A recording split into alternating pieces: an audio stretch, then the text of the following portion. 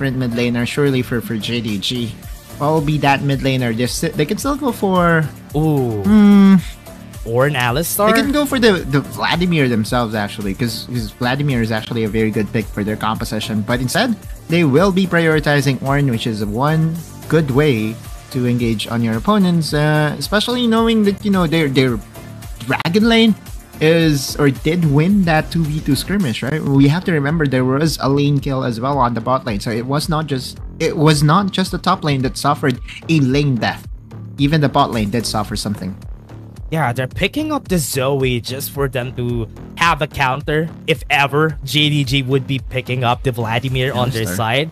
And yeah, they're going to be picking up the Alistar on their side. What is going to be the mid laner here for JDG? Now that the Zoe has been picked up, Kassadin is going to be picked up for their side. I was thinking Yasuo, but they needed some form of magic damage, and Kassadin fits the bill right then and right there. And yeah, just looking at the draft, I still love the draft of JDG. They still have a very well-balanced composition. But then again, you know, when talking about NAOS, surely the first agenda that they discussed during the break is to fix their laning phase, right? Because that laning phase was atrocious. Yeah. If ever they're gonna have a better laning phase on the Baron lane, that might change things this coming game. Because remember, whenever you have an Ezreal in your team, you don't really have an effective DPS on your composition, but you have extra burst, which is also good for the side of NAOS Esports. So they all just need to get those CCs up in order for this composition to work. Remember, it's a bulk composition because they have a Zoe and an Ezreal. Zoe, the Ezreal, right? Like, and Mitsura is trying to practice as Zoe as well, because if anything, you know, the best players from the CN conference, the best mid laners, really has a very good Zoe. Especially, you know, that guy that starts with the letter A, ends with a 9. Oh, man. That guy is so good at playing. I was thinking about Aaron because it's starting with an A and also played a while ago, but the A and 9 person, also such a great, the best maybe, right? maybe the best Zoe player. Yeah, he had a KDA of 10.1 in 5 games on the champion, right? Like, and then it was immediately well, the KDA is not as high as before. But anyway, right, enough of that. And Run9 is not yet playing. We'll be seeing him later, though. For now, though, Mitsura, again, is facing against a very formidable assassin mid laner in Feibai. And his Akali was really a pleasure to watch, right? Like, it's one of the reasons why they're enjoying a 1-0 lead right now. Yeah, and having another assassin on his hands, but a bit more of a late game champion, a Kassadin, we all know, especially when you started playing League of Legends, you know a Kassadin takes a long time for the Kassadin to get strong. But again, it's a different script for the side of JDG. They're going to be holding back unless Lemon gets that early game lead again.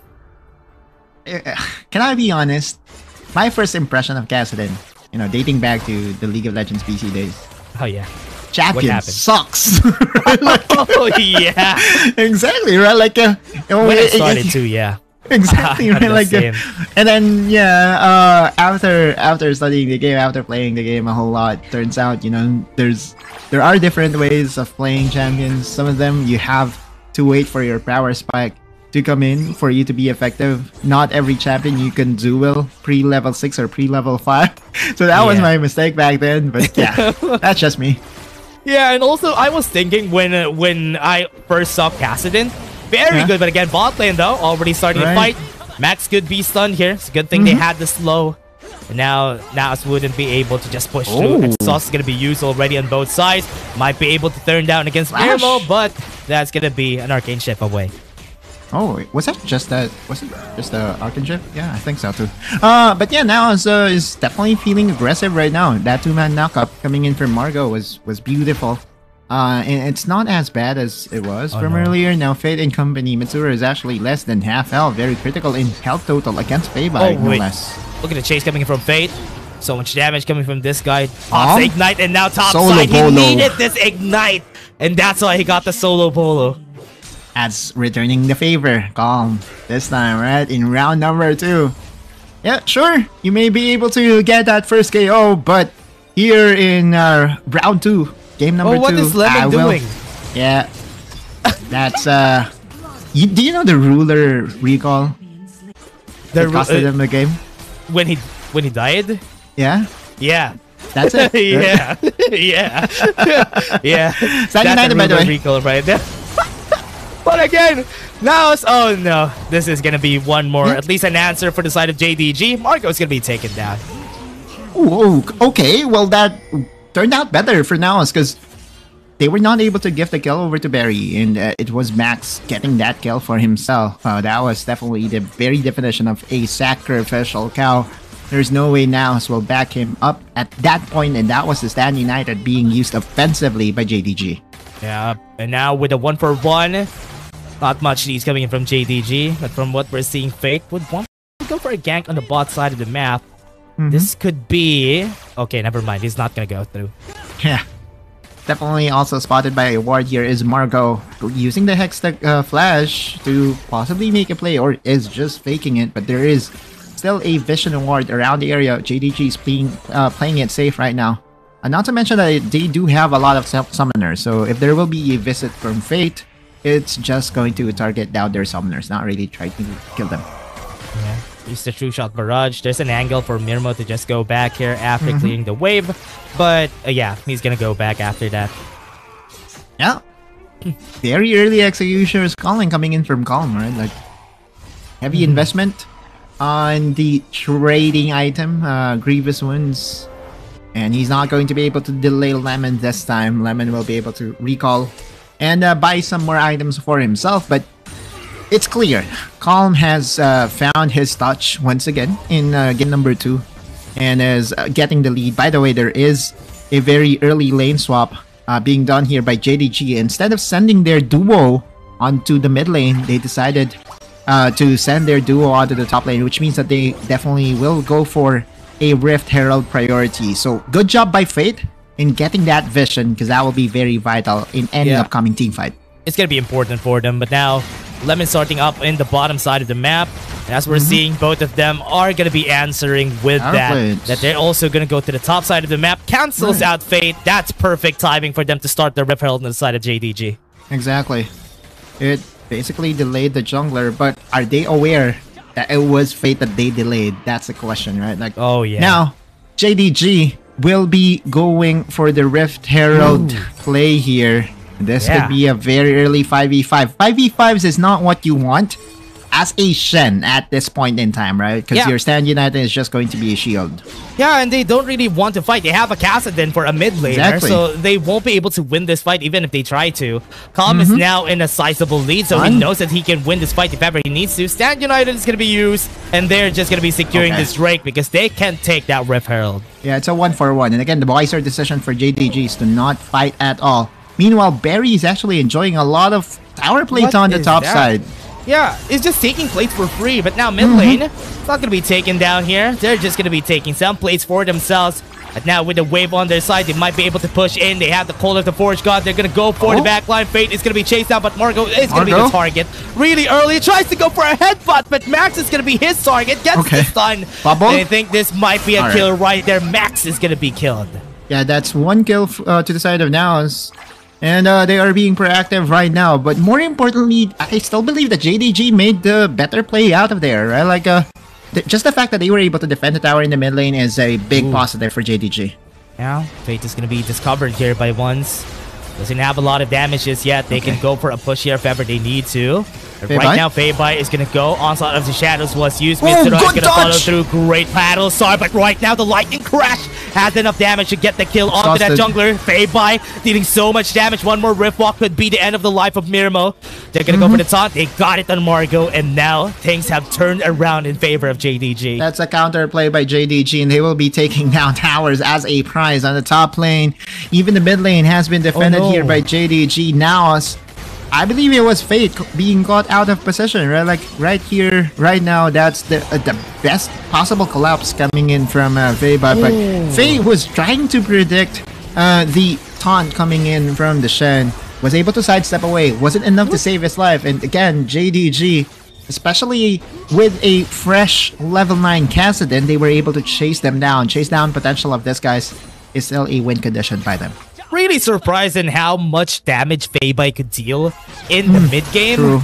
He dealt half HP onto that Ezreal this early in the game, but I was really surprised about that. But again, we're going back to the game in where we still don't have a tower taken down on the side of JDG. The Rift Herald was unsuccessful onto the side here, but now with no person onto the top side might be able to take down this tower. Yeah, but they have to be careful. Max can still call for the Forge God.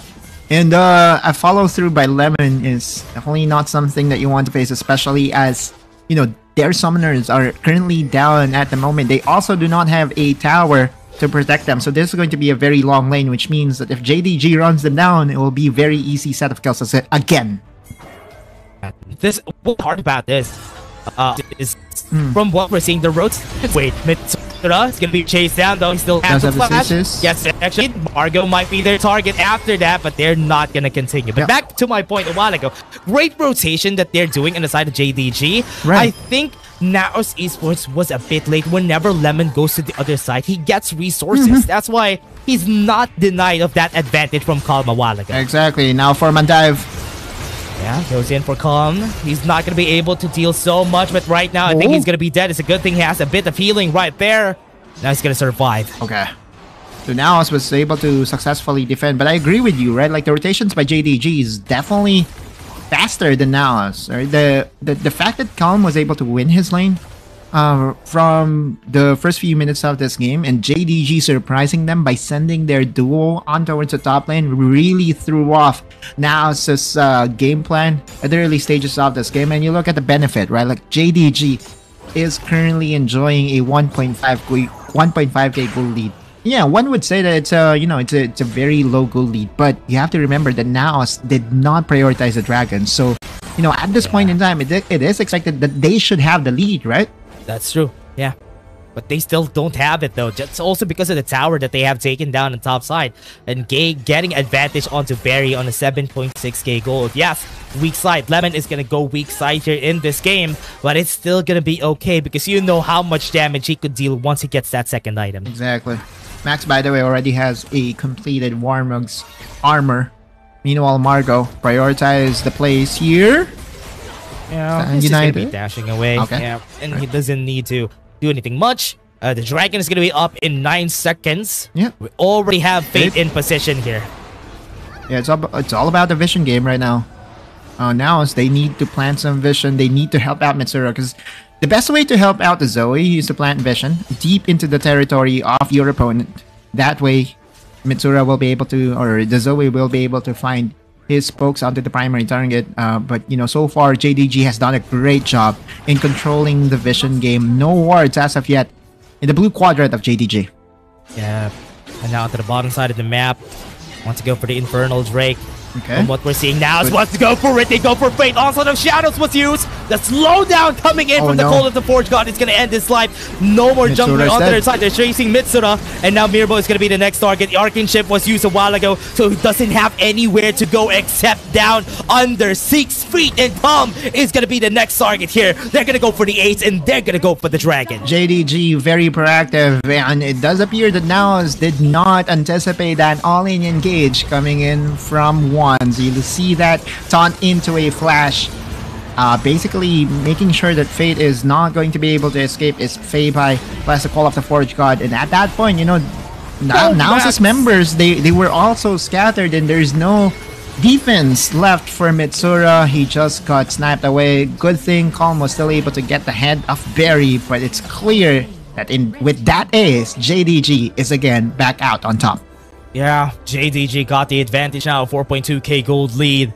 Still haven't found their groove, especially with this Hecarim in their composition. Still not working in their favor. Now what would NAOS do? They are looking to find any kills that they can in the map. Yeah, they can't. Like right now, setting up a death bush here on towards the top side will not be the best play, especially against the Kassadin, right? Like, Kassadin has a lot of Rift Ox. Oh, Stand United. They have Faith here, though. He chased down NAOS. Right now, they still don't have any taunts that are going to hit. Margot's just going to get there. Damage is going to be onto the backline. Fate is going to go. And that's going to be one kill. They have one, though. They are going to go for more right there. But the Forge God, they got some kills right there. The damage from Barry is going to be enough for them to get the kill. Mitsura is going to fall down. Margot is going to be next. A slowdown coming from this guy. But he was able to survive. Max stopping the damage coming in from Fate. He's not going to be chasing down Barry. It's still a 2-for-2. Yeah, it ended as a 2-for-2. I thought for a second that, that was the best chance by now to turn around the fight. Because had it been that they won that team fight, it could have been a very easy Baron takedown by them. But JDG, still strong to their feet, was able to mitigate their damage. And although Feibai went down first, Barry was there to provide decent amount of damage. And that was a very good snipe coming in from the Zeri as well, right? Like, I thought for a second that Mitsuru will survive, but in the end, Zeri's damage still is at a premium. NAOS not yet finding the team fight that they want 13 minutes into the game. Yeah, but at least they got a bit of shutdowns coming in from JDG. Still are looking for the Baron. They have some minutes here. They still have 2 minutes before the next objective comes out. And if ever JDG takes that, that's a GG for NAOS Esports. Exactly.